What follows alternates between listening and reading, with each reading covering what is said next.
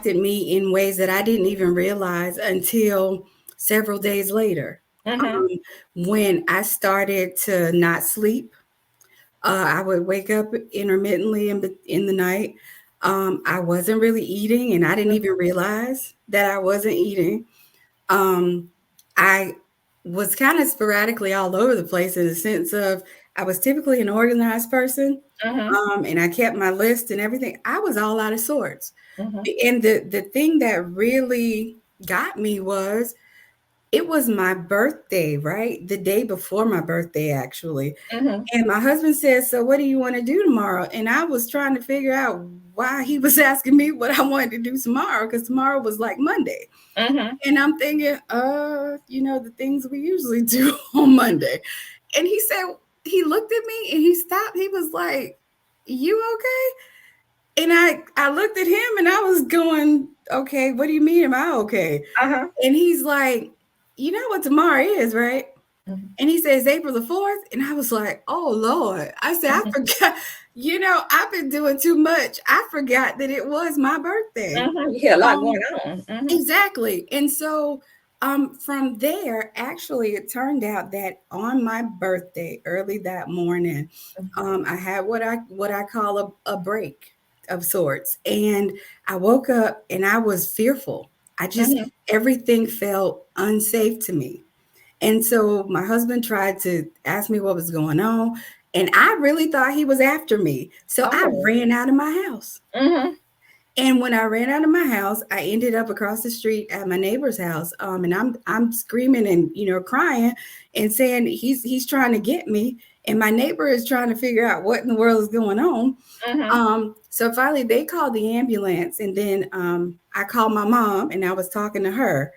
The ambulance came, they took me to the hospital, and then I ended up staying there for evaluation for about 3 days. Mm-hmm. And so with that, they started doing assessments and things like that, and discovered that I was definitely dealing with postpartum, and I Mm-hmm. had some anxiety there as well. Mm-hmm. And so with that, I went through all the processes that I would be taking my now clients through, which Mm-hmm. is being assessed, identifying what the issues are, what are the stressors, history, background, and all of that, Mm-hmm. and talking with them if they want to pursue anything that is medication wise, Mm-hmm. talking with them about how to do that and get referrals and all of that type of thing.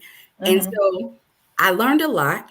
It really was what I call, because I ended up writing a book about it, and it was called The Classroom of My Life, Mm-hmm. because it really was a classroom. it Mm-hmm. it taught me that I'm thinking I'm going to go and help all these people, when Mm-hmm. really I needed to first look at me, and I Mm-hmm. really needed to first stop and be able to work through and identify what my own issues and stressors were, Mm-hmm. and get really serious about that Mm-hmm. before I could ever go and be effective with other people. And so from that, I had my own therapist for sure. Mm-hmm. um, I decided that yes, I will take this medicine for a little bit to be able to figure out this imbalance that's happening, Mm-hmm. and I will do the work. Mm-hmm. Uh, it was not, I guess you could say, an easy thing for me at first, because I felt the shame and the guilt of, Mm-hmm. okay, wait, I'm supposed to have this together. Right. I mean, my husband has deployed several times, and I have been Miss Strong. I have been, Mm-hmm. Army Strong up here. So it just really caused me to stop and see myself. And I Mm-hmm. had to take inventory of what was important and what was not, Mm-hmm. and how the things that I was doing and stuff in my emotions and all of that had played a part in getting me to this moment. Mm-hmm. And I really had to sit and reckon with that, and it allowed me to become a better person, Mm-hmm. with a different perspective on what it is to really know that counseling is beneficial. To Mm-hmm. know that, for me, because I cried out to God and I asked Him to help me figure it out, because I didn't know what in the world was going on. Mm-hmm. And I feel like my answer came in my road to mental health wellness. the road of having my resource as my therapist, Mm-hmm. having God and being able to Right. still talk to him and know that he doesn't see me any differently than he Right. saw me about 5 days ago before all of this, came to a head. Mm-hmm. And so it gave me a kind of, I think it helped me really because I needed to walk in the shoes. Mm-hmm. And then being able to just take some steps in the shoes of someone who is feeling stressed, who is not balancing well, Mm-hmm. it birthed a lot of things from that point. And so even now, I do a retreat every year. It's called Drop Your Bags, and with the Drop Your Bags retreat, it's all about refocusing, regrouping, and reconnecting with who you are, Mm-hmm. working from the inside out. And so I take these ladies through a journey of identifying what is it that I need to shift. What Mm-hmm. is it that I need to take off my plate because I think it's so great and so wonderful, but it's not serving me? Right. And Right. how do I really acknowledge my emotions in Mm-hmm. this? So yeah, a lot of things grew out of me being able to be uh accepting of this is what's happening, Mm-hmm. and it's happening to me, but it's going to create some things. It's going to work through me that I can give it and pour out to other people. And that's good because as you said that it didn't define you, but Right.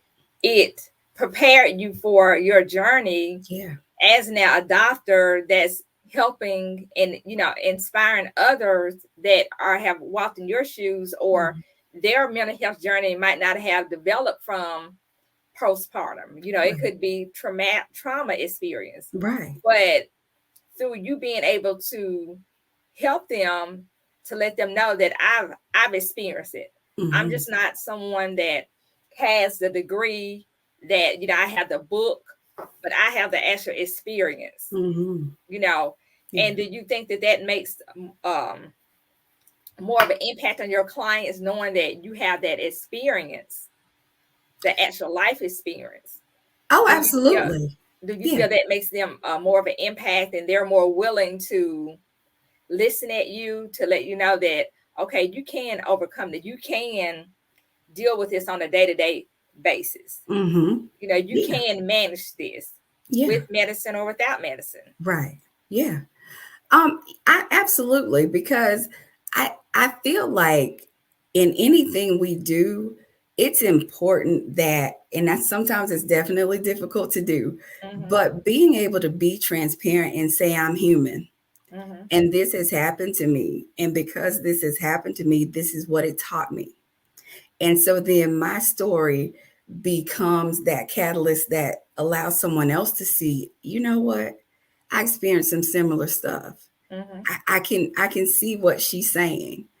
And for nothing else, a lot of times I do receive clients who will contact me and they'll say, I heard your story, or I was listening to you, oh, when you were talking about this on this particular site.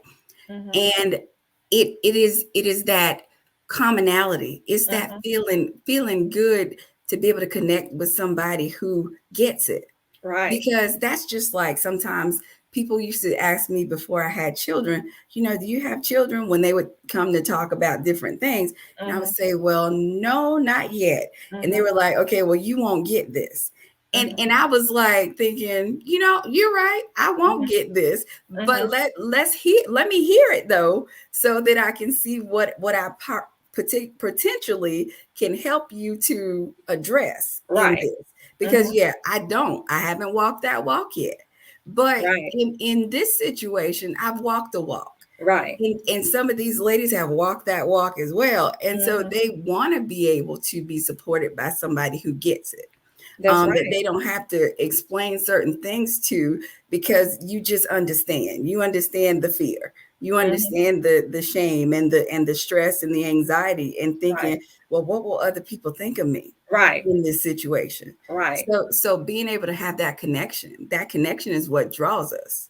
Yes, and that is so true because again, like you said, not you're trying to protect your family. You don't want them to Mhm. feel like, well, having to explain what a family member is going through, or Right. well, why didn't I know? Or because I know in a lot of families, you know, you didn't talk about mental health. Right. You know, you didn't get seek therapy. You know, we want to use the terminology where they're just crazy. Mm-hmm. Well, what does that mean? Yeah. You Yeah. know, um, not realizing that you're doing more damage to that person Mm-hmm. than them getting the help that they need. Right. And so this is so, you know, powerful that you are able to connect because, you know, some people they feel like they just know everything, you know. Mm-hmm. Um and we're Christians, we're believer. We know that Jesus is, you know, we believe he's the Messiah and that he is the source. And we Yeah. believe that there is only one true living God. Right. But I'm so glad we're having this conversation because people need to understand, as you said, that we know who our source is, Yes. but he gives us resources. That's Yes. just like our jobs, right? We have Yes. to eat, we have Yes. to take care of families, you know, we have to have insurance. So what does God do for us? He blesses us with that job, Mm-hmm. but the source is really coming from, he's really the source, Yeah. but he's given us the resource. Yes. Yeah. You know, he's given us that resource to take care of things we need to take care. So why don't we feel that we need to take care of our minds? Right. You know, Yeah. we take care of every part of our bodies. You Mm-hmm. know, we'll go to the dentist, we'll go to Yeah. the doctor. Yes. And everybody does not need a therapist, and that's not what we're saying. Right. But if you do have some issues, it's okay to go see a therapist. Yeah. Yeah. And that does not negate that God is still does not have a purpose for your life. Right. Absolutely. And I think Because that that's what a lot of people, you know, don't realize. And, you know, we mm-hmm. know mental health is just a big topic, Yeah. you know, within the African American community, other communities too. But why is it that we just want to say, well, they're crazy? Yeah. Yeah. Why is there such a stigma Yeah. of mental health in the African American community? Right. So I think so. I'm gonna go to something you said about your I believe your our story. Our story.